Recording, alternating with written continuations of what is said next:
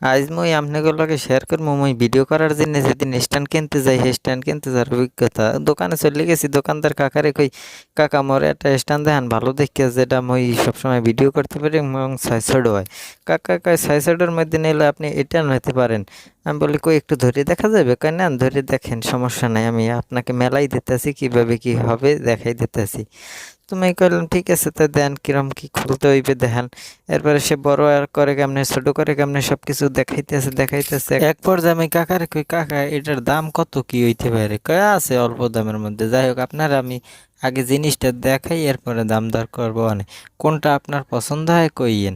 তো কাকারে কইলাম, কাকা মোর আসলে দামটাই হইলে মেইন। কারণ কি মোর দ্বারা এখন টাকা পয়সা আছে কম।